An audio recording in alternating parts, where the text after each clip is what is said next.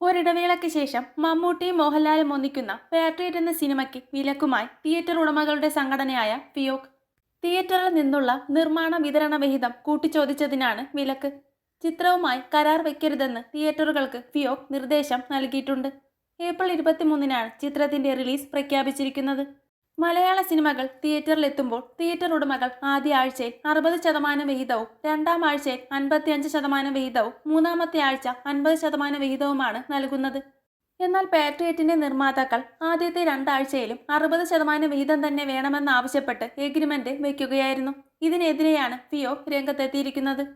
ആദ്യ രണ്ടാഴ്ചയിലും 60% എന്ന കണക്കിൽ സിനിമ ഓടാൻ സാധിക്കില്ലെന്നും അത് വൻ നഷ്ടമാകും തിയേറ്ററുകാർക്ക് നൽകുകയെന്നും ഫിയോക് ചൂണ്ടിക്കാട്ടി. ആൻഡോ ജോസഫ് പ്രൊഡക്ഷൻസ് ആണ് ചിത്രത്തിന്റെ നിർമ്മാണം. കേരളത്തിൽ ഏകദേശം 450ഓളം തിയേറ്ററുകൾ ഫിയോക്കിന്റെ കീഴിൽ വരുന്നുണ്ട്. വിലക്ക് വന്നു കഴിഞ്ഞാൽ ഇവിടങ്ങളിലായിരിക്കും പാട്രിയറ്റ് പ്രദർശിപ്പിക്കാതിരിക്കുക.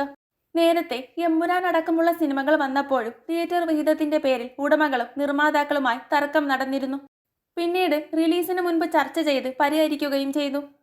റിലീസിനൊരുങ്ങുന്ന സിനിമകളിൽ ഏറെ പ്രതീക്ഷയുള്ള ചിത്രമാണ് പാട്രിയറ്റ്.